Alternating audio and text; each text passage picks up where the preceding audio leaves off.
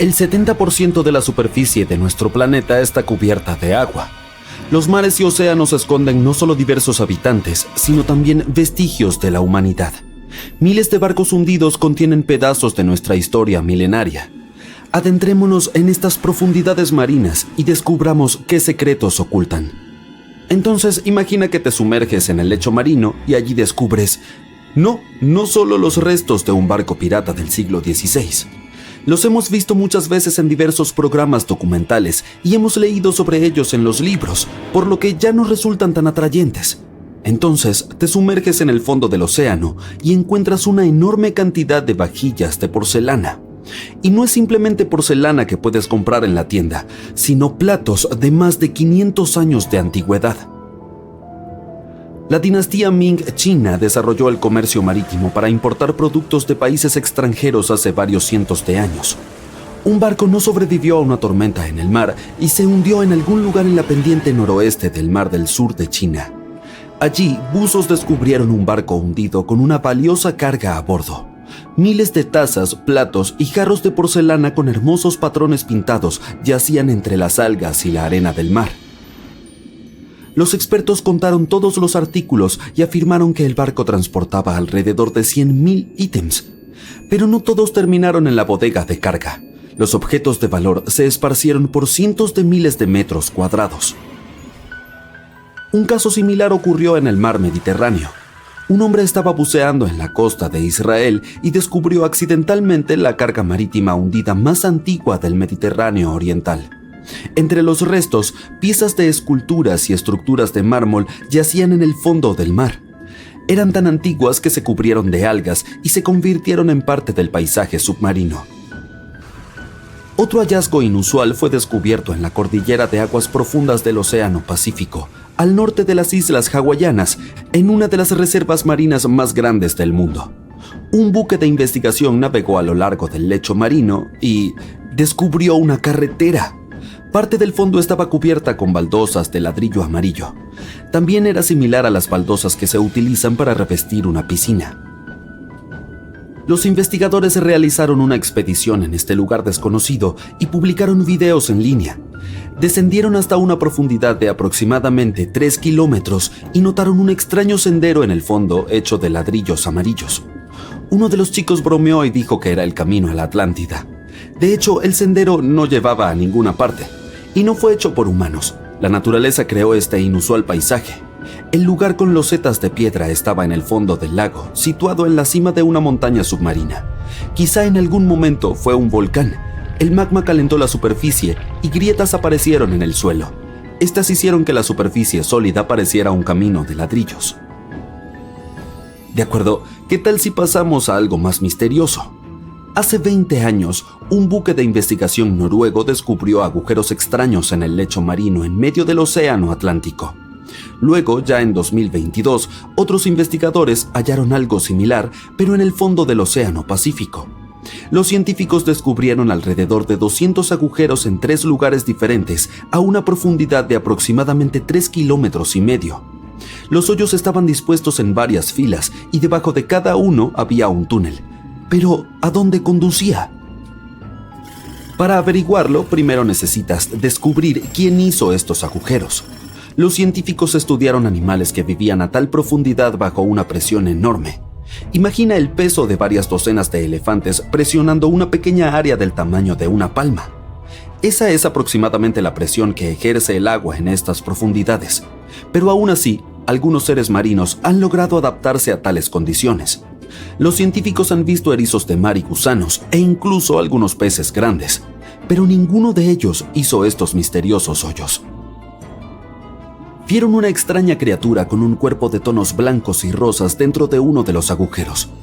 Era un anfípodo, uno de los representantes de la familia de los crustáceos. Los científicos lo capturaron e hicieron un poco de investigación. Este pequeño cangrejo de río estaba cavando un túnel con sus largas pinzas. Lo utiliza como hogar para esconderse y resguardar a su descendencia. O quizá el pequeño crustáceo estaba cavando túneles en busca de comida. Hay un lugar en el océano donde numerosos restos de naves yacen en el lecho marino. Y no estoy hablando de barcos de vela, sino de naves espaciales. Este sitio se encuentra en el Océano Pacífico Sur y se llama Punto Nemo. Es el lugar más remoto de la Tierra en nuestro planeta. La isla más cercana está a más de 1.600 kilómetros de distancia. Allí solo te encontrarás con un océano infinito y completa soledad. Ni siquiera te cruzarás con peces y otras formas de vida marina aquí.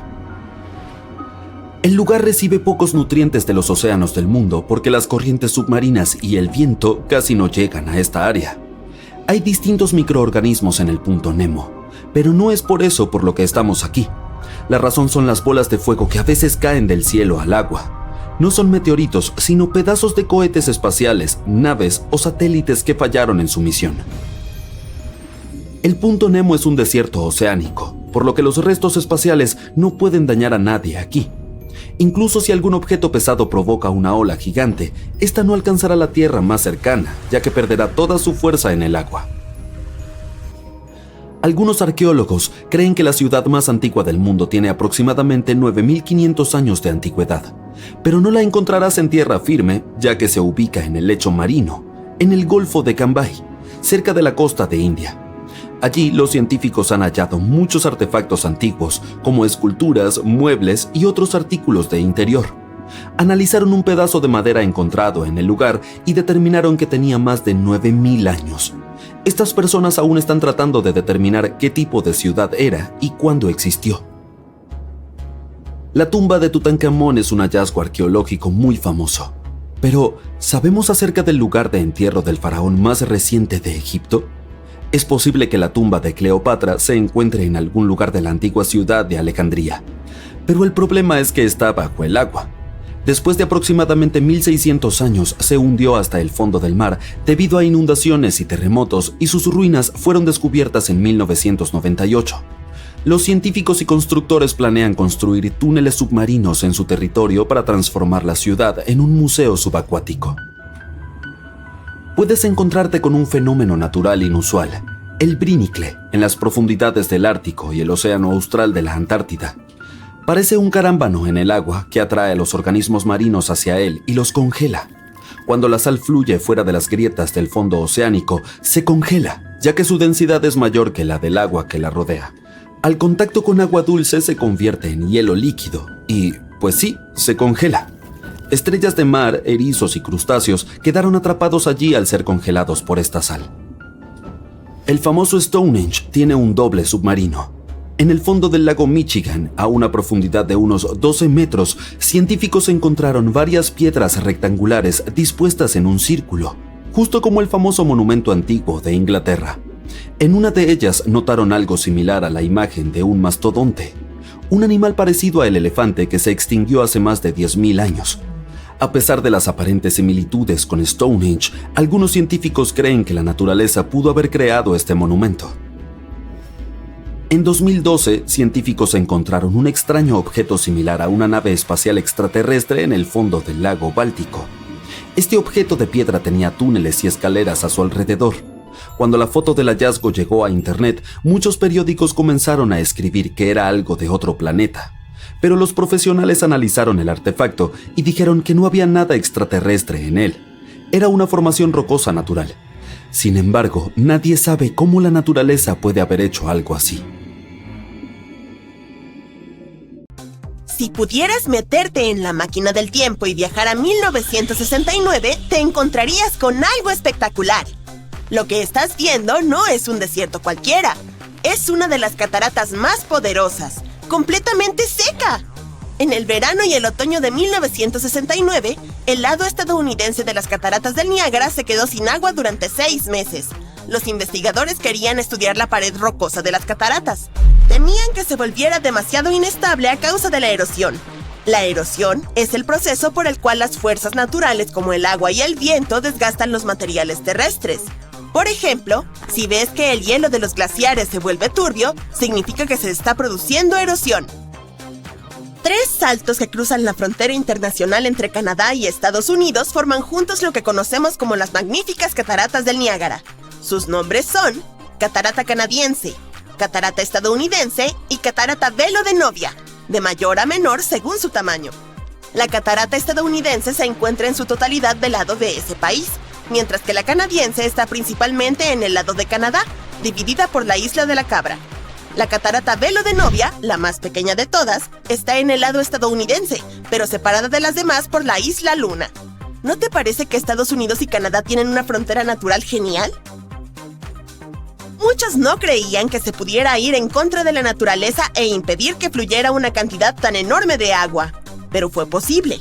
Hizo falta una presa de 182 metros a través del enorme río Niágara para cerrar estas asombrosas cataratas. Esto significa que tuvieron que desviar 272,000 litros de agua cada segundo para que el caudal restante pasara por encima de las cataratas canadienses, las más grandes. Para construir esa presa se utilizaron más de 27,000 toneladas de roca, y más de 1,000 camiones transportaron esa roca en el caluroso verano del 69. El 12 de junio, las cataratas estadounidenses se detuvieron luego de haber fluido durante más de 12,000 años. Entonces, las cataratas canadienses tomaron el caudal extra y lo absorbieron para que pudiera realizarse la investigación. Pero los lugareños estaban preocupados. Sabían que no era posible controlar tales cantidades de agua. Temían que el agua tomara otra ruta y provocara una inundación catastrófica. Les preocupaba que los turistas dejaran de venir si los equipos no conseguían que la cascada volviera a fluir como antes.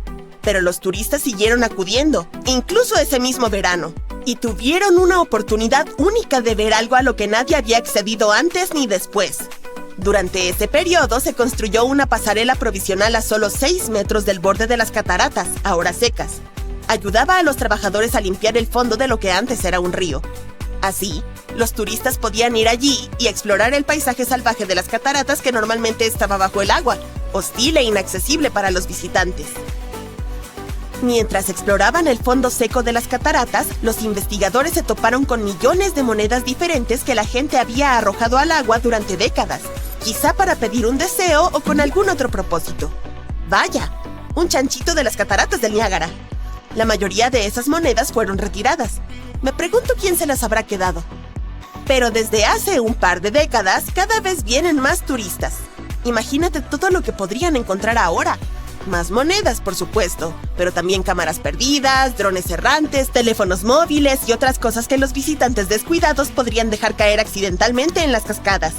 La idea de eliminar toda el agua y convertir las cataratas del Niágara en un desierto resultó ser posible, pero puede que haya que volver a hacerlo.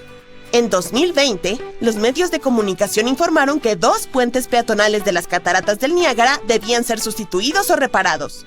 No es de extrañar, ya que tienen casi 120 años. Estos puentes están situados por encima de los rápidos.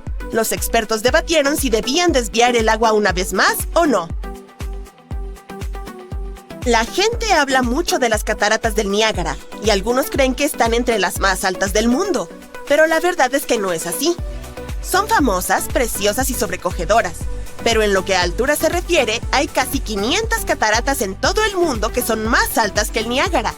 Tomemos como ejemplo el Salto del Ángel, situado en Venezuela, cuya altura es de 979 metros. Pero lo que hace que las cataratas del Niágara sean tan especiales entre las demás es la cantidad de agua que fluye por ellas. Las cataratas muy altas no suelen tener grandes volúmenes de agua. La combinación de todas esas enormes cantidades de agua y la altura es lo que hace que las cataratas del Niágara sean tan impresionantes.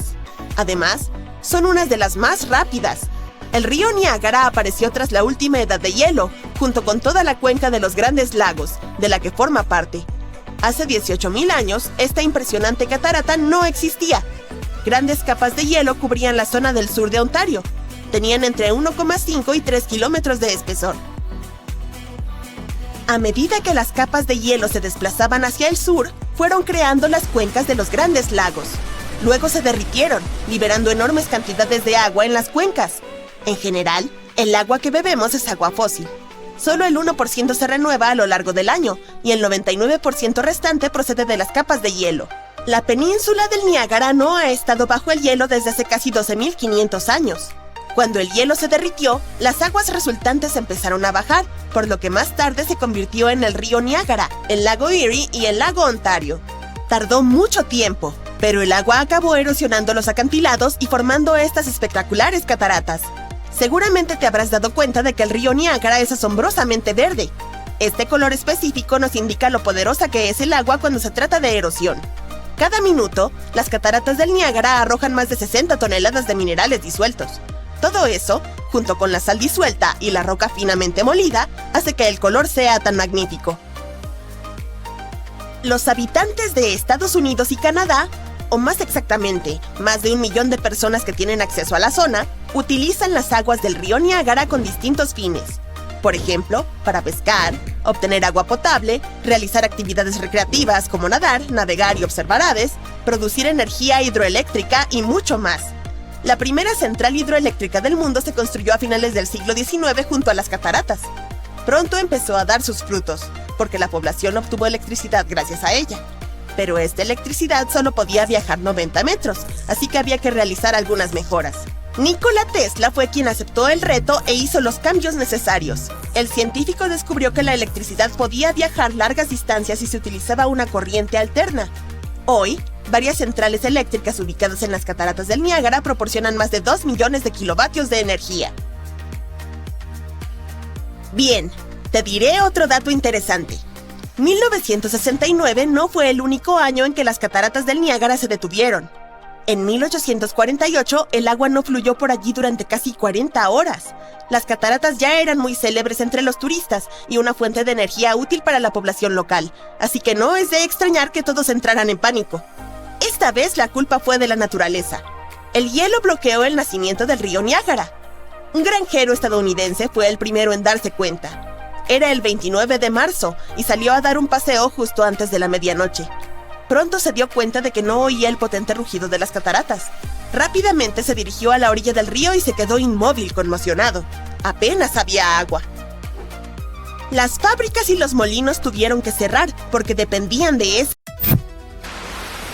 Hace casi 140 años, unos pescadores sacaron del lago Michigan restos de un barco. Pero, ¿dónde estaba el resto? Desde entonces, cazadores de naufragios pasaron años buscando el barco fantasma. Para la década de los 70, la búsqueda subió de nivel, con una recompensa de $1,000 para quien lo encontrara. Aún así, nada. Era como si la embarcación se hubiera esfumado. Hasta ahora.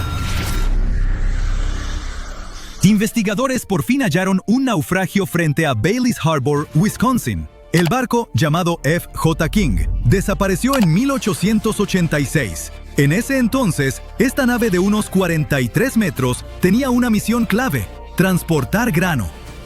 Quizá pienses, ¿grano? ¿En serio? ¿Eso es todo?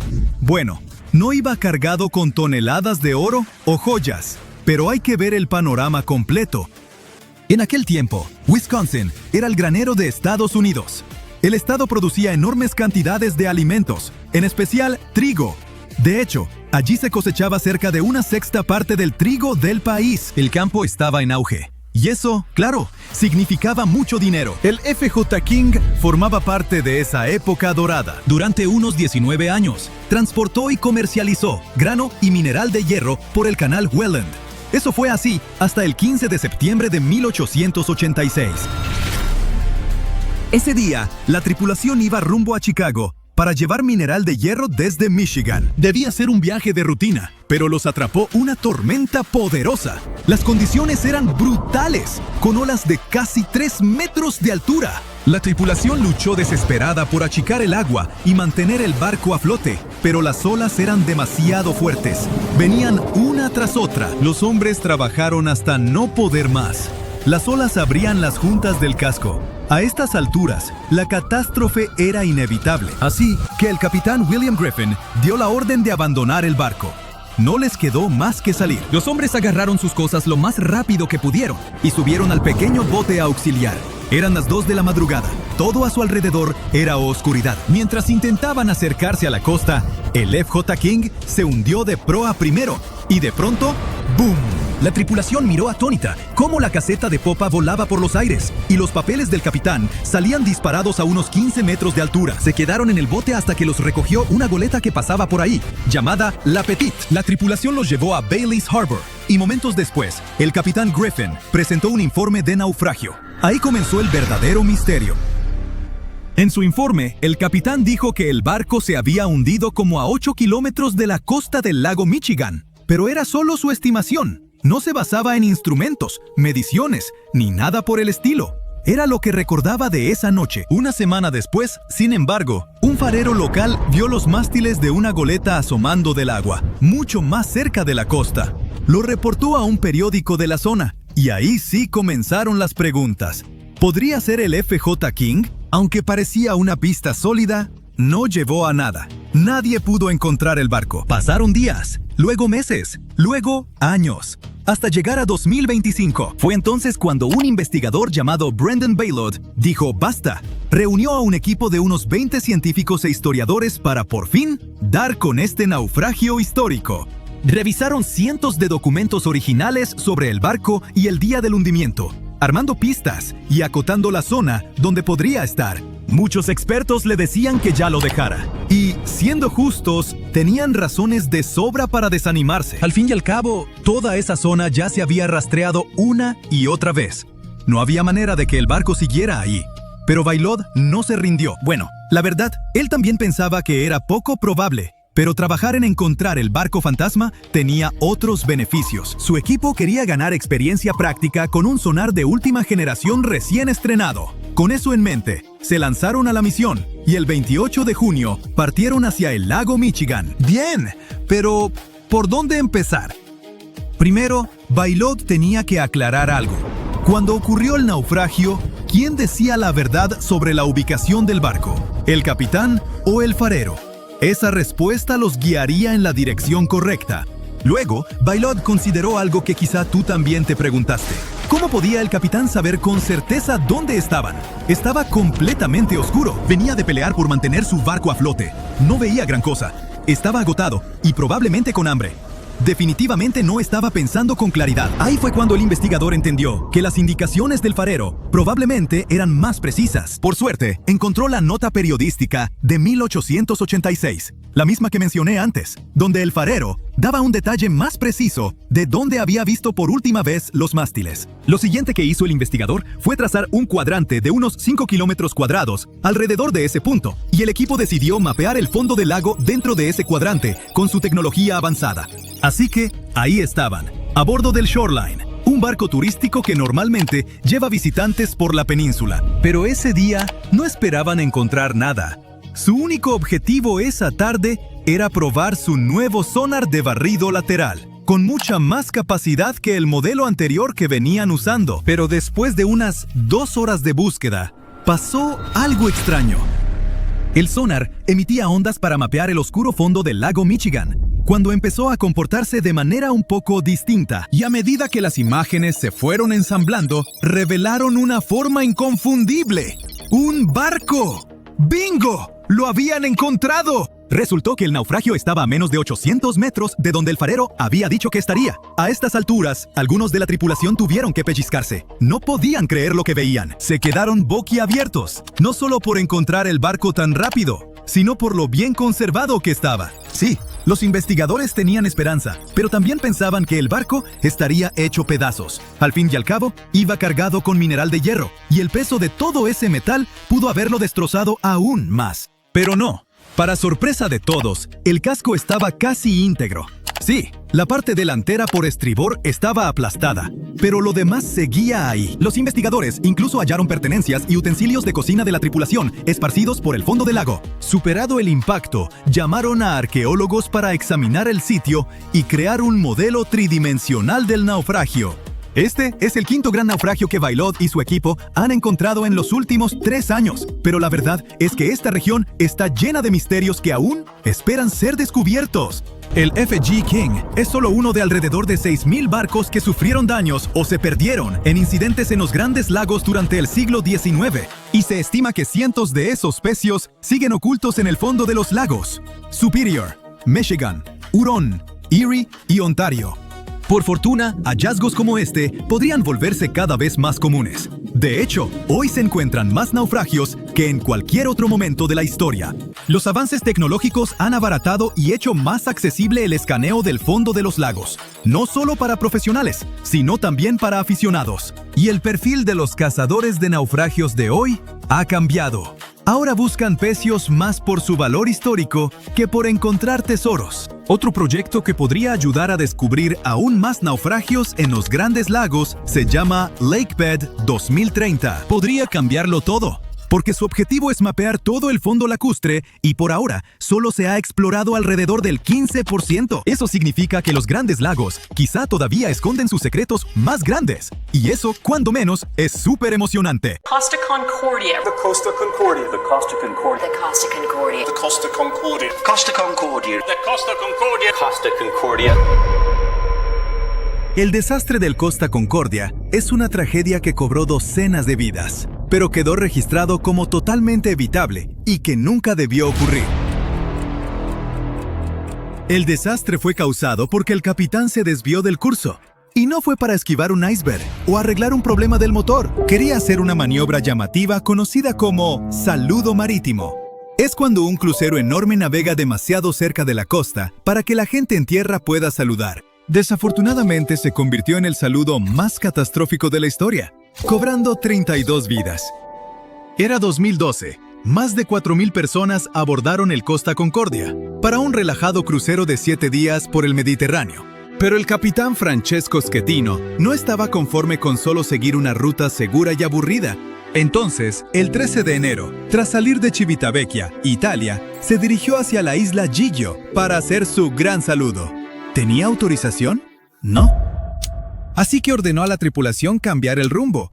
Y fue algo así como: escuchen, vamos hacia acá. Pero el timonel entendió hacia allá, y sin un traductor a la mano, el barco dio la vuelta equivocada directo hacia las rocas. Había un show de magia cuando las luces se apagaron de repente. Al principio la gente pensó que era parte del espectáculo, pero luego vino un estruendo horrible y todos empezaron a entrar en pánico. El barco se volcó de lado y de pronto fue imposible llegar a los botes salvavidas. Algunos pasajeros no tuvieron más opción que saltar al mar helado y nadar hacia la costa.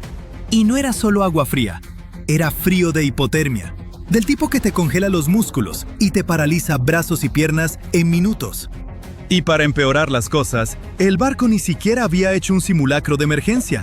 Así que fue un caos total. En algún momento, el capitán Schettino abandonó el barco. Después culpó del desastre no a sí mismo, sino a las rocas. Sí, literalmente dijo que las rocas no estaban marcadas en sus mapas y que ese era el verdadero problema. Después del desastre, las líneas de cruceros reforzaron sus reglas de seguridad. Ahora todos los pasajeros deben hacer un simulacro antes de que el crucero zarpe. Un poco tarde, pero al menos por fin lo entendieron. El 19 de diciembre, más de 1,500 personas murieron. Si pensaban que el Costa Concordia fue malo, les presento al Doña Paz. Esto fue caos a otro nivel. Tanto así que tiene el récord mundial del mayor desastre marítimo en términos de vidas perdidas. Y si buscan a quién culpar, culpen a la película imperdible que el capitán eligió ver en lugar de, ya saben, navegar. Oficialmente, este ferry de pasajeros podía llevar alrededor de 1,500 personas, pero de algún modo, más de 4,000 terminaron a bordo. Era básicamente una lata de sardinas humana sobre el agua. No había suficientes camas, así que los pasajeros dormían en los pasillos y en las cubiertas, y a veces 3 o 4 tenían que compartir una litera. Y para completar el kit de desastre, se rumoraba que el barco ni siquiera tenía un radio funcionando, y los chalecos salvavidas estaban bajo llave. ¡Ja! ¡Perfecto! Era el 20 de diciembre de 1987. El Doña Paz zarpó a través del estrecho de Tablas en Filipinas. Por horas, nada parecía fuera de lo normal. Luego, cerca de las 10:30 de la noche, el ferry chocó contra un buque petrolero, el MT Vector. El problema es que el Vector cargaba más de 1,000 toneladas de gasolina. Sí, gasolina. Ya ven hacia dónde va esto, ¿verdad? Tras la colisión, las llamas se propagaron rápidamente a ambos barcos y por el agua alrededor. El capitán, mientras tanto, estaba en su camarote viendo una película y la mayoría de la tripulación estaba de fiesta. O sea que nadie con experiencia real estaba vigilando el barco cuando chocó. Entonces, cuando estalló el caos, hasta la tripulación entró en pánico. ¿Recuerdan el código de mujeres y niños primero del Titanic? Aquí fue más como sálvese quien pueda. No había órdenes, ni plan de evacuación, ni liderazgo. Los pasajeros estaban atrapados sin a dónde huir. Algunos tuvieron que saltar del barco, solo para caer en aguas en llamas. Otros ni siquiera tuvieron tiempo de reaccionar. De más de 4,000 personas a bordo, solo 25 sobrevivieron. Lo que aprendimos de este desastre es que, sí, hay un límite de cuántas personas puedes meter en un barco. Después, la industria marítima filipina finalmente aplicó estándares de seguridad más estrictos y se volvió más exigente con los límites de pasajeros. Así que no compartirás una litera con un desconocido si te subes a un barco allá hoy.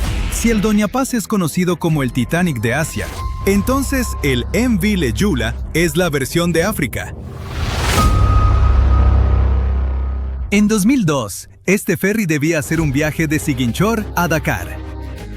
El Leyula fue diseñado para llevar unos 580 pasajeros, pero el día del desastre tenía más del triple a bordo. Así que desde el momento que zarpó, el barco ya estaba inclinado hacia un lado. Para escapar de los camarotes calientes y abarrotados, muchos pasajeros se reunieron en la cubierta superior, donde los estudiantes platicaban, jugaban cartas o coqueteaban lejos de los ojos de sus padres. Pero cuando cayó la noche, esas vibras de "la vida es bella" desaparecieron rápido. Nubes oscuras llegaron y vientos fuertes empezaron a mecer el ferry. Cuando la lluvia empezó a golpear la cubierta del Leyula, cientos de pasajeros corrieron adentro.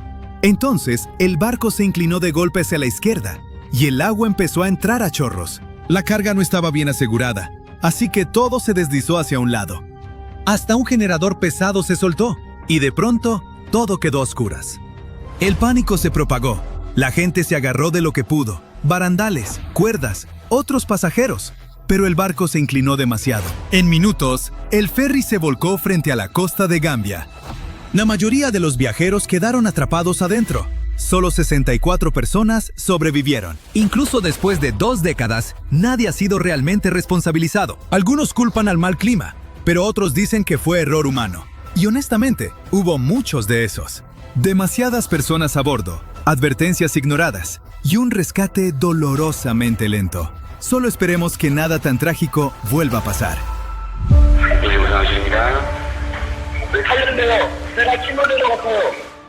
El último desastre de nuestra lista cambió a Corea del Sur. Hablamos del MV Sewol.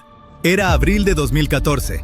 Un ferry con 476 personas, la mayoría estudiantes de preparatoria. Se suponía que sería un viaje divertido a la isla Jeju.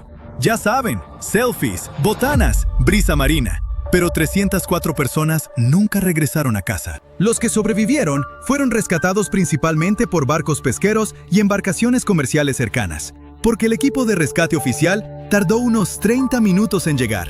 Así es, 30 minutos. Y ese retraso fue solo una pieza de un desastre mucho mayor. Esto fue una tragedia completamente prevenible desde el inicio. El viaje empezó bien. Luego, cerca de las 8:48 de la mañana, el Sewol dio una vuelta brusca y de pronto empezó a inclinarse. ¿Pero qué tan brusca tiene que ser una vuelta para voltear un barco tan grande? O sea, no es un kayak. Así que claramente algo ya estaba mal. Resulta que el Sewol había sido modificado, como un trabajo casero que salió mal. Los dueños querían más espacio para carga y pasajeros, así que reconstruyeron las cubiertas superiores y aumentaron su capacidad en más de 100 personas. Y ese día, la carga ni siquiera estaba bien asegurada. Así que sí, era un desastre esperando pasar. Cuando el barco se inclinó, toda esa carga extra se deslizó hacia un lado, haciéndolo inclinarse aún más. El agua entró a raudales, inundando los compartimentos de pasajeros. El ferry empezó a hundirse en minutos. Los pasajeros entraron en pánico, pero luego escucharon las instrucciones por el altavoz. «Quédense donde están, no se muevan, es más seguro en sus camarotes». Pues no lo era. Mientras cientos de estudiantes obedecían órdenes y esperaban ayuda, el capitán y varios miembros de la tripulación escaparon. Sí, se bajaron del barco mientras los adolescentes seguían atrapados adentro. Cuando los equipos de rescate finalmente llegaron, era demasiado tarde para la mayoría. El desastre del Sewol conmocionó a toda una nación, pero también unió a la gente. Impulsó nuevas leyes, mejor entrenamiento y la promesa de que ningún barco volvería a navegar tan imprudentemente. junio de 1857. Una feroz tormenta azota la bahía Gwichen, en Australia, y destroza un barco holandés de 800 toneladas. Parte de la tripulación intenta escapar en un bote pequeño, pero solo 9 de los 25 hombres a bordo sobreviven. Ahora, muchos años después, los investigadores creen que han encontrado este naufragio perdido desde hace tiempo, del periodo de la fiebre del oro. Sí, este barco está vinculado a uno de los capítulos más dramáticos y cruciales de la historia de Australia. Estamos hablando del naufragio del Cunning William de Tweed, un barco construido allá por 1840. El descubrimiento de esta histórica nave es un gran acontecimiento, ya que ahora se considera un verdadero tesoro en el mundo de la arqueología subacuática de Australia. Déjame contarte por qué. Hacia mediados del siglo XIX, los barcos holandeses transportaban no solo mercancías, sino también personas de Asia que esperaban comenzar una nueva vida en Australia. Y todos perseguían una cosa: oro. Sí, el metal precioso fue descubierto en Australia en 1851. Bueno, oficialmente al menos. En realidad se había encontrado unos años antes, pero digamos que las autoridades decidieron mantener ese pequeño detalle fuera de los periódicos. De todos modos, el gran descubrimiento público ocurrió en 1851, cuando un buscador de oro australiano llamado Edward Hammond Hargreaves lideró una expedición en la región de Nueva Gales del Sur y decidió contarles a todos su hallazgo. Y así comenzó la fiebre del oro. Las noticias se difundieron rápidamente. Entonces, la gente comenzó a llegar de todas partes: Gran Bretaña, Irlanda, Alemania, los Países Bajos y también de China. Se estima que, para ese entonces, alrededor de 20,000 chinos habían llegado a los campos de oro en Victoria. Para 1861, aproximadamente el 3% de la población australiana había nacido en el país asiático. La mayoría provenían de la región sur de Guangdong, la cual pasaba por tiempos realmente difíciles en aquel entonces. Habían enfrentado de todo: invasiones extranjeras, inundaciones y escasez de alimentos. Muchas personas lo habían perdido todo. Su dinero se había esfumado, sus hogares estaban destruidos, ni siquiera podían permitirse un bocado para comer. No había una salida clara de la pobreza en la que se encontraban atrapados. Pero luego empezó a correr la voz. Había un campo de oro en algún lugar de un territorio británico lejano. Escucharon historias sobre personas de todo el mundo que iban allí, que era un lugar pacífico, lleno de oportunidades y que la tierra misma tenía todo lo que necesitabas. Sonaba como un sueño. No pasó mucho tiempo antes de que comenzaran a llamarlo Xinjiangshan, o Nueva Montaña de Oro. Así que muchos juntaron lo poco que les quedaba para llegar a Australia y comenzar de nuevo. Era una oportunidad para una vida mejor, una posibilidad de sacar a familias enteras de la pobreza. Pero llegar no era barato ni fácil. Tenían que viajar en enormes barcos y el viaje promedio desde la provincia de Guangdong hasta Sydney o Melbourne era de unos 3 meses. En algún momento, las autoridades australianas decidieron imponer un impuesto a las llegadas chinas. Cada pasajero que desembarcara en los puertos de Victoria tenía que pagar un impuesto de capitación de 10 libras. Entonces, ¿qué crees que pasó? Las rutas cambiaron, por supuesto.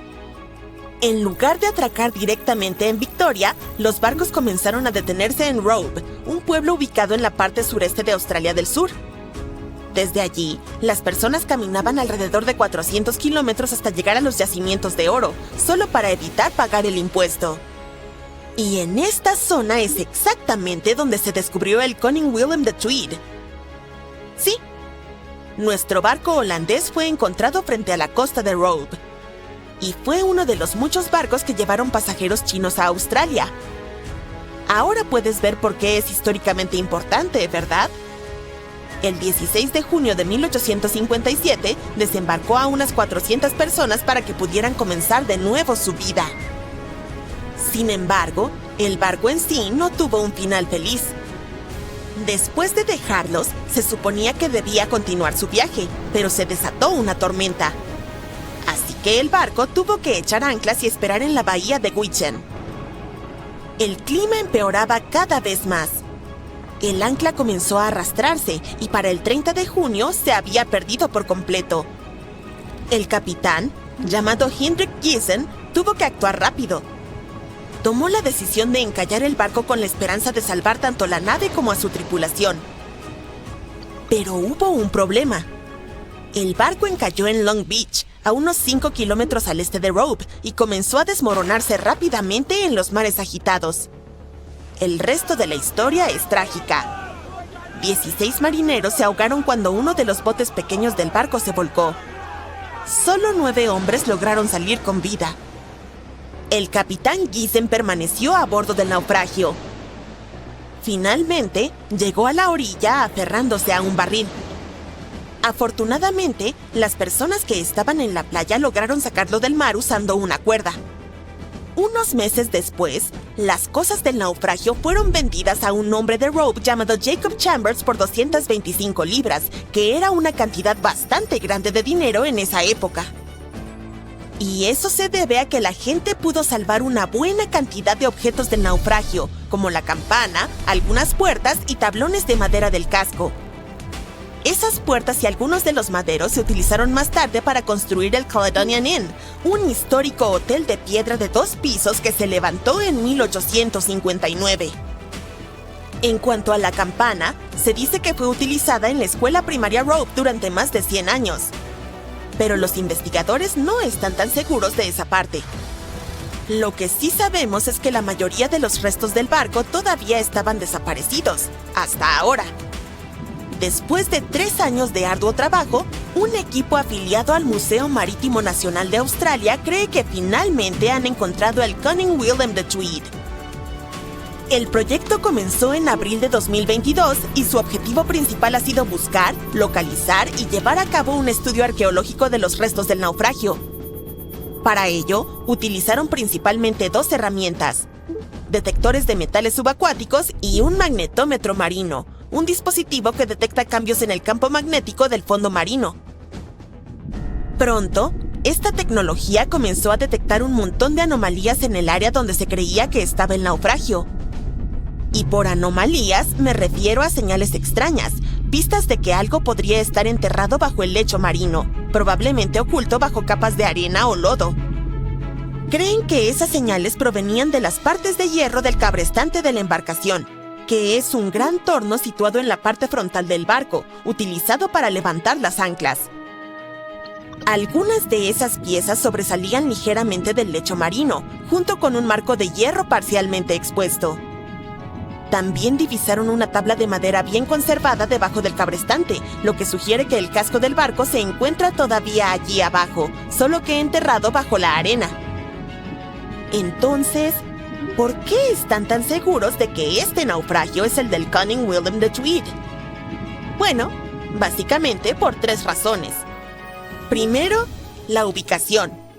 En una agradable noche de verano del 30 de agosto de 1892, un magnate naviero, Peter G. Minch, llevó a su familia de crucero por el lago Superior. Viajaban en el Western Reserve, que se suponía que era uno de los barcos más seguros de su época. Estaba hecho de un tipo de acero parecido al utilizado para construir el Titanic y terminó con un destino trágico similar. El barco se partió en 2 y fue encontrado recién 132 años después, en 2024. El barco de vapor de 90 metros fue el primer carguero revestido de acero en los Grandes Lagos. Un periódico lo llamó el Galgo de Interior, por la rapidez en la que cortaba las aguas. Peter G. Minch era el propietario e inventor de esta embarcación, que había sido construida 2 años antes en Cleveland. En la noche de su último viaje, el barco partió hacia Two Harbors, Minnesota. Minch llevó a 5 de sus familiares, su esposa, sus 2 hijos, su cuñada y su sobrina. A bordo también había 22 miembros de la tripulación. Fue un viaje agradable y tranquilo mientras navegaban por el lago Hurón. Poco después de que dejaron Whitefish Bay, el lago se volvió indomable y la tripulación tuvo que echar anclas por un tiempo. Más tarde, esa noche, al entrar en el lago Superior alrededor de las 9, una violenta tormenta de verano apareció con vientos poderosos y olas rompientes.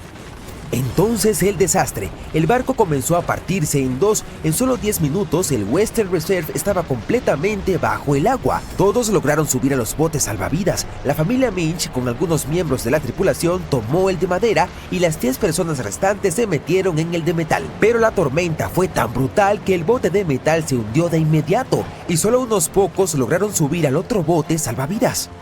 El segundo bote flotó durante las siguientes 10 horas. Un barco de vapor pasó cerca, pero no notó ni escuchó a las personas que pedían ayuda. Alrededor de las 7 de la mañana siguiente, el bote salvavidas llegó a estar a 1,5 kilómetros de la costa de Deer Park, Michigan. Estaban tan cerca de estar a salvo, pero tristemente el bote salvavidas también se volcó y todos acabaron en el agua helada. El único sobreviviente de esta tragedia fue Harry Stewart, de 24 años, el timotel del barco. Nadó más de 1 kilómetro a través de las aguas heladas y logró llegar a la orilla, casi inconsciente pero vivo. Más tarde mencionó que sobrevivió gracias a una chaqueta de marinero de tejido grueso y ajustada.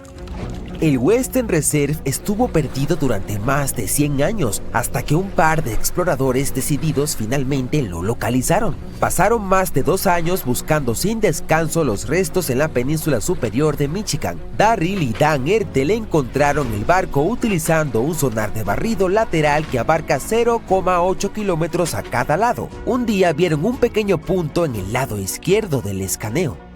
Era pequeño, pero Darryl midió la sombra, notó que tenía unos 12 metros de altura y se dio cuenta de que debía ser algo importante. Así que dieron la vuelta y escanearon directamente sobre el punto. Vieron escotillas de carga y parecía que el barco se había partido en dos, con una mitad encima de la otra en una posición casi imposible. Cada pieza medía alrededor de 45 metros de largo y una vez que comprobaron el ancho, supieron con certeza que acababan de encontrar el legendario Western Reserve.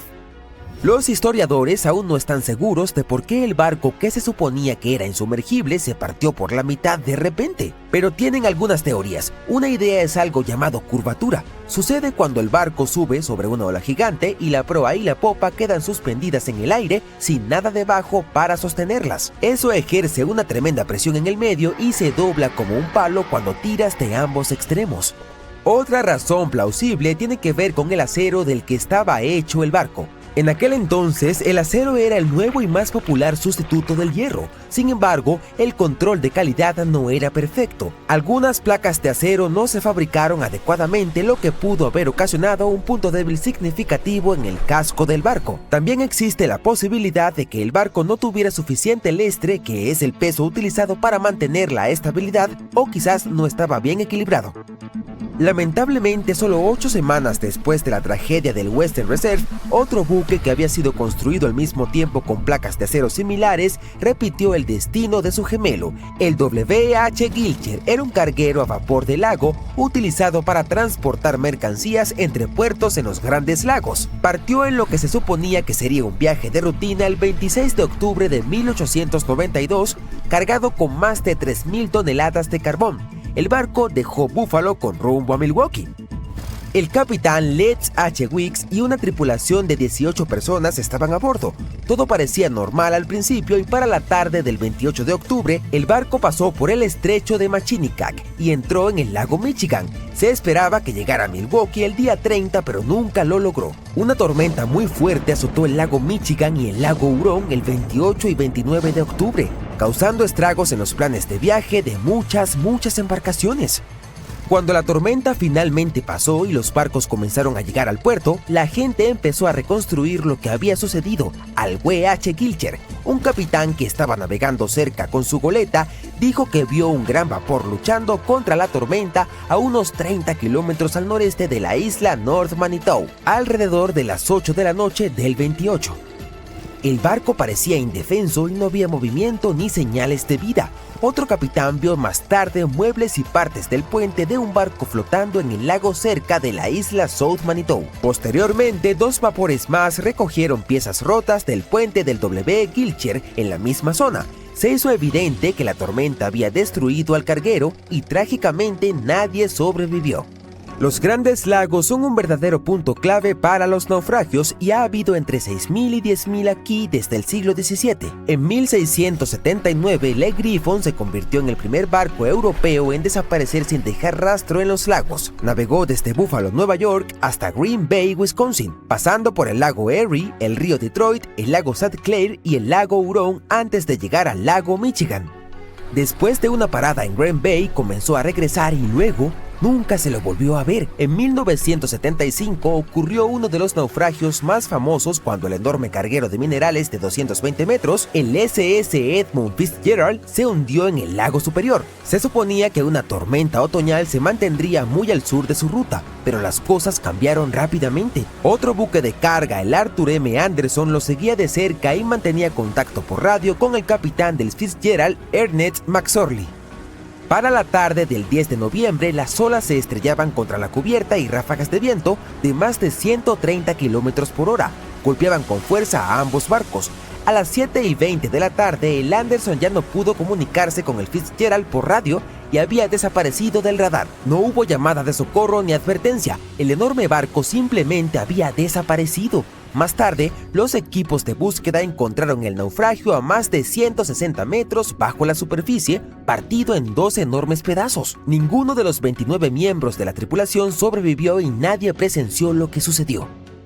Podría haber todo tipo de razones para tales tragedias, desde errores de juicios y fallos de equipo, hasta simplemente estar en el lugar equivocado en el momento equivocado. Los Grandes Lagos son cuerpos de agua inmensos con sistemas meteorológicos que esperarías encontrar en los mares. Estos mares interiores se encuentran en el corazón del continente, donde se forman vientos con fuerza de huracán y potentes tormentas. Muchos de ellos ocurren en noviembre y diciembre, cuando las aguas aún están cálidas tras el verano. Pero el aire canadiense comienza a descender. Hay una gran diferencia de temperatura entre el aire y el agua. Esta diferencia y los fuertes vientos generan olas gigantescas. Además, el hielo se forma más fácil en agua dulce que en agua salada. Se acumulan rápidamente en los barcos y los tripulantes también tienen que moverse por traicioneras aguas heladas. Los niveles de agua también son inestables. En años lluviosos, las tormentas son más probables y esto incrementa el riesgo de daño o desastre. Hace 360 años, un enorme barco británico, el London, explotó en un estuario del Támesis. La tragedia cobró más de 300 vidas, incluyendo a los marineros y a sus seres queridos. Nadie sabe exactamente qué condujo a este desastre, pero los científicos finalmente están cerca de la verdad. Unos buzos encontraron accidentalmente un cañón de bronce bien conservado del barco. Este cañón, que estuvo enterrado en limo y arcilla durante siglos, podría tener todas las respuestas. El London fue un barco de servicio construido para la Armada de la Mancomunidad de Inglaterra. Partió en su primer viaje en junio de 1656. El barco desempeñó un papel crucial en la historia británica al formar parte de un convoy que fue a los Países Bajos en 1660 para recoger a Carlos II y restaurarlo en el trono. 5 años después, en marzo de 1665, estaba viajando de Chatham a Hope.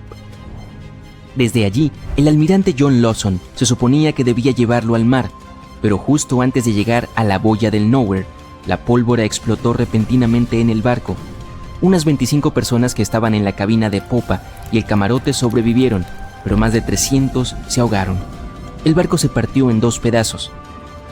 Henry Bennett, el conde de Arlington, difundió rumores de que todo ocurrió por culpa de la pólvora barata y de baja calidad que había en el barco. Cuando los expertos de ese tiempo inspeccionaron el naufragio, concluyeron que los cañones todavía podían ser rescatados, pero el barco en sí era una pérdida total. Más tarde, cuando se recuperaron algunos de ellos en 1679, hubo un escándalo debido a que intentaron usarlos para saldar una deuda no relacionada. En 2005, los buzos redescubrieron el London. Para protegerlo, las autoridades portuarias incluso tuvieron que mover la ruta de navegación, y un equipo de arqueólogos comenzó a trabajar explorándolo. Este naufragio es importante porque nos ofrece conocimientos reales sobre la historia naval inglesa. La visibilidad en el estuario del Támesis puede ser terrible. A veces ni siquiera puedes ver 50 centímetros delante de ti. Trabajar en el sitio también es muy difícil porque está en un entorno de mareas complicadas y en una vía marítima muy transitada, donde enormes barcos de carga pasan constantemente. Así que cuando de repente apareció un cañón clavado en el barro, significaba que las condiciones tenían que ser absolutamente perfectas. Los expertos creen que el hallazgo es de la era de la Commonwealth, fundido entre 1656 y 1657 y tiene un tamaño mediano de unos 2,5 metros de largo. Formaba parte de un conjunto especial hecho específicamente para el London y se colocó en la cubierta inferior del barco. Cada cureña de cañón del London era única, ya que todos sus cañones provenían de diferentes países y periodos de la historia naval. Los cañones grandes eran muy raros y extremadamente caros de fabricar, ya que requerían toneladas de bronce o hierro y debían ser fundidos individualmente. Por eso, la Marina a menudo tomaba cañones de barcos rivales capturados, viejos naufragios o buques retirados del servicio. El nuevo hallazgo es una de las pistas que podrían ayudar a los científicos a resolver el misterio de la tragedia de Londres. Hasta ahora también han encontrado zapatos de cuero, piezas de instrumentos, herramientas de madera, cuerda y una brújula. Para ellos, todos estos artefactos son como piezas de un rompecabezas. Aún no tienen suficiente evidencia para estar seguros, pero parece que tanto la pipa como las velas podrían haber sido fuentes de llamas que desencadenaron una explosión mayor. Algunos trabajadores hicieron otro hallazgo asombroso en una cantera inundada en el sureste de Inglaterra, a unos 100 kilómetros al sureste de Londres. Tropezaron con los restos de un barco raro de la época isabelina, a cientos de metros de la costa más cercana. Encontrar un barco de finales del siglo XVI es un gran acontecimiento porque muy pocos navíos de esa época han sobrevivido. Y estudiarlo podría ayudar a los científicos a responder algunas grandes preguntas sobre una era importante de la historia, cuando Inglaterra se estaba convirtiendo en un actor principal en el comercio europeo. Hoy en día, el sitio de la cantera se encuentra a unos 300 metros del mar, pero en el siglo XVI era parte de la costa. Los arqueólogos piensan que el barco se hundió en un cabo rocoso o alguien lo dejó allí cuando estaba demasiado dañado para seguir navegando.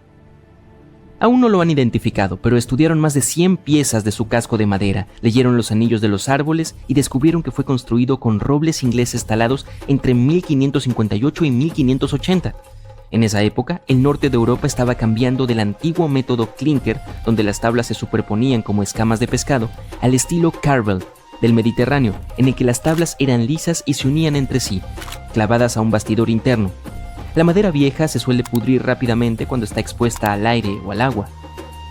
Pero si está enterrada bajo una capa gruesa de lodo o limo sin oxígeno, puede sobrevivir durante siglos, y eso es exactamente lo que ocurrió aquí. El equipo está utilizando escáneres láser y fotografía digital para documentar todo sobre el naufragio. Una vez que terminen su investigación, planean volver a enterrar las maderas bajo el limo en el lago de la cantera, para que el barco pueda permanecer allí seguro por muchos siglos más. En Noruega, un equipo de arqueólogos encontró un barco en un lugar aún más inesperado. En un campo llano. Hay una colina llamada Montículo Gjell. En realidad es un enorme monumento funerario que los mismos vikingos construyeron. El agricultor, que es dueño del campo, quería cavar algunas zanjas de drenaje, pero primero necesitaba que los expertos revisaran si había algo importante bajo tierra. Los arqueólogos utilizaron un georradar de alta resolución, acoplado a un vehículo similar a un tractor. Al escanear el campo, descubrieron que estaba lleno de montículos funerarios. Al menos 8 nuevos que nadie había encontrado antes, y debajo de uno de los montículos, el radar captó el contorno de un barco. En la época de los vikingos, los barcos eran extremadamente valiosos, por lo que solo los enterraban con personas muy importantes. Los científicos solo han encontrado 3 entierros de barcos en toda Noruega, y este es el primero nuevo en años.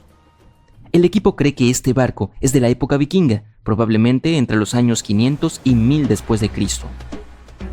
Y como el túmulo funerario que lo cubría se aplanó con el tiempo, el barco ahora está a solo medio metro debajo del suelo, muy cerca de la superficie.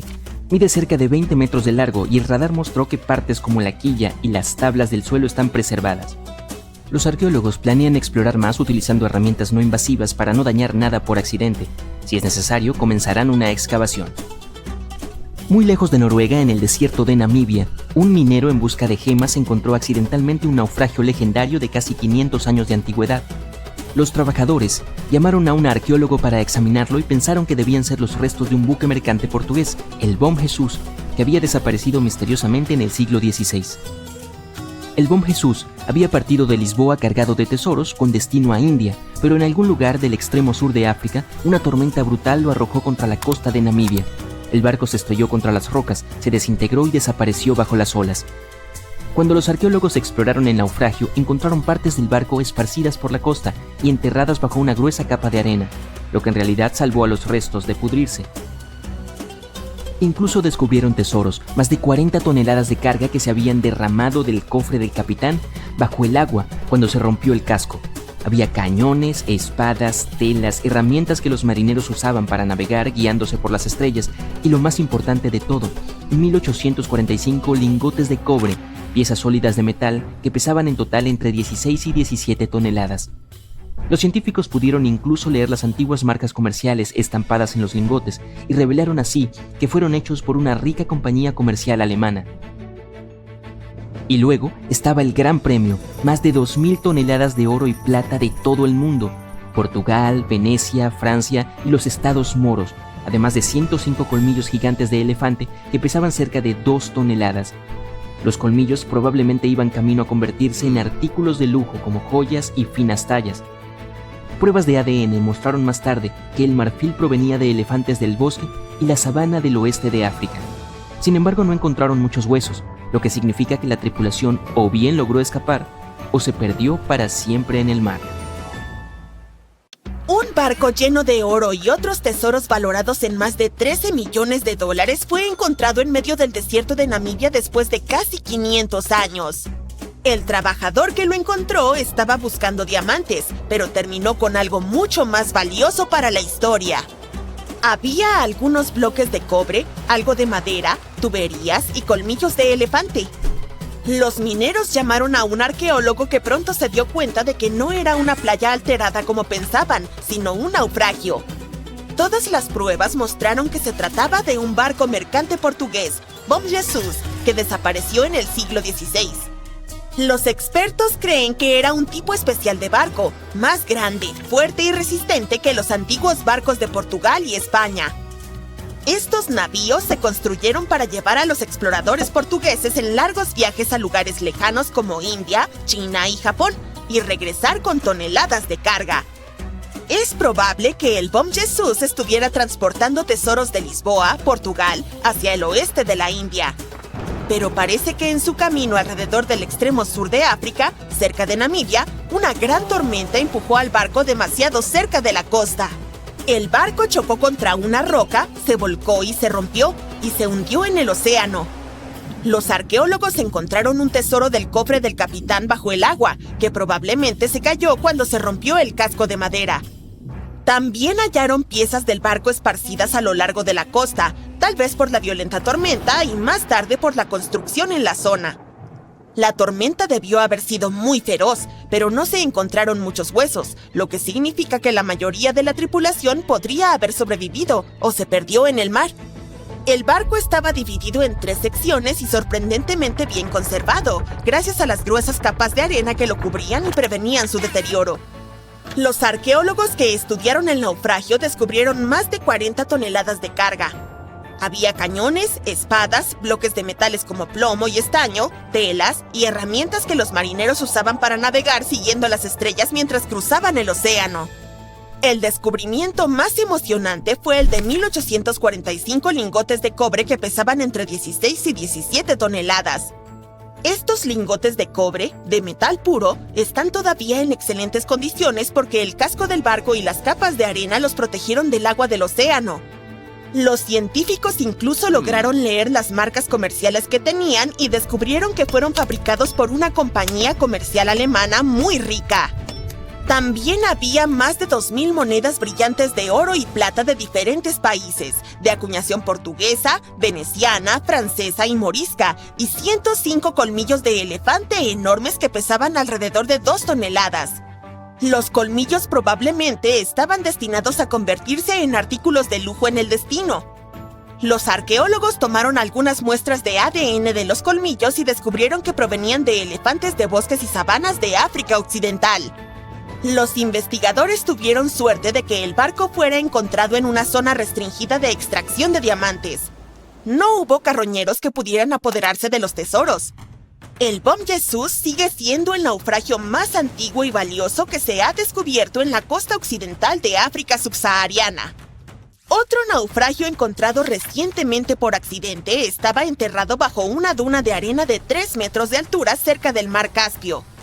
Algunas personas lo llaman el lago más grande del mundo y tiene niveles de agua que suben y bajan con el tiempo debido a los cambios en los patrones climáticos.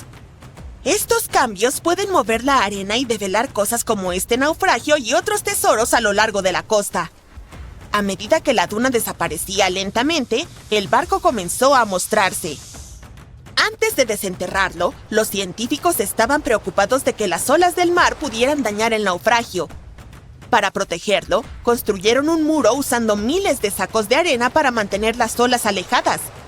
Cuando la nave fue descubierta, se dieron cuenta de que era un barco mercante de 3 mástiles y 28 metros de largo con un fuerte casco doble. Las muestras de madera evidenciaron que fue construido entre los siglos XVIII y XIX, utilizando árboles como pino silvestre, abeto y alerce de la zona del río Volga o del Cáucaso. Incluso encontraron trigo sarraceno y plantas de la misma región, que probablemente se comerciaban o se usaban para alimentar a los marineros.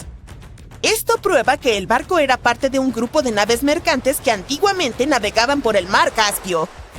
Un pescador aficionado, Gürkan Gürbüz, que estaba a 6 metros bajo el mar frente a la costa de Turquía, notó algunos restos metálicos enormes. Tenía una cámara submarina, así que hizo tomas del descubrimiento y las llevó a los científicos.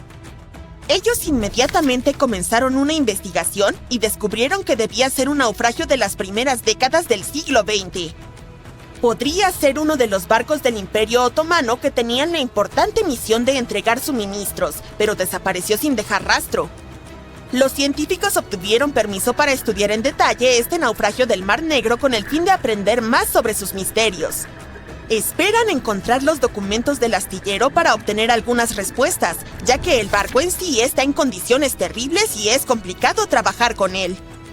Unos robots submarinos que pertenecen a una empresa de petróleo y gas notaron cientos de ánforas antiguas intactas en el lecho marino del Mediterráneo Oriental. Los expertos piensan que esas jarras tienen 3.300 años. Esto convierte el hallazgo en el naufragio más antiguo en aguas profundas. Probablemente, las jarras se usaban para almacenar aceite u otros productos agrícolas como frutas. Esto demuestra que las personas que hicieron estas ánforas organizaron el comercio marítimo y poseían increíbles habilidades de navegación. Parece que los antiguos marineros lograron atravesar el mar Mediterráneo sin tener una línea de vista a ninguna costa. Todo lo que podían ver era el horizonte, por lo que debieron haber usado el sol y otras estrellas para orientarse. Frente a las costas de Sicilia, a unos 6 metros bajo la arena y la roca, unos arqueólogos encontraron un naufragio tan antiguo que no están seguros de qué materiales se usaron para construirlo. Creen que el barco es del siglo V o VI a.C., lo que significa que tiene más de 2.500 años. Este antiguo barco no estaba solo. Los investigadores también encontraron 2 anclas de hierro en forma de T invertida de alrededor del siglo VII de nuestra era y 4 anclas de piedra de tiempos prehistóricos en las cercanías. Uno de los anclajes de piedra estaba roto y podría haber tenido piezas de madera unidas para ayudarlo a sujetarse al fondo marino. Descubrieron que el barco en sí fue construido usando solo la técnica de sobrecasco. Las tablas de madera del barco estaban conectadas tan firmemente que podían soportar la embarcación por sí solas, con vigas añadidas solo para hacerla más fuerte. Lamentablemente, el casco de madera del barco es muy frágil ahora porque unas pequeñas criaturas marinas que comen madera lo han dañado con el paso de los años. Los científicos están siendo muy cautelosos mientras lo estudian para asegurarse de que no se desintegre. Este descubrimiento es de gran relevancia porque fue construido durante una época en la que Sicilia era sumamente importante para el comercio. En ese entonces, los griegos y los púnicos estaban tratando de tomar el control de los mares mucho antes de que Roma se convirtiera en el gobernante del Mediterráneo. Al estudiar este barco, los científicos esperan aprender más sobre cómo las personas viajaban y comerciaban en esos tiempos antiguos. Otro naufragio, esta vez frente a la costa de Kenia, podría ser del último viaje de Vasco da Gama. Este explorador portugués fue el primer europeo en llegar a la India por mar alrededor del Cabo de Buena Esperanza. Unos pescadores locales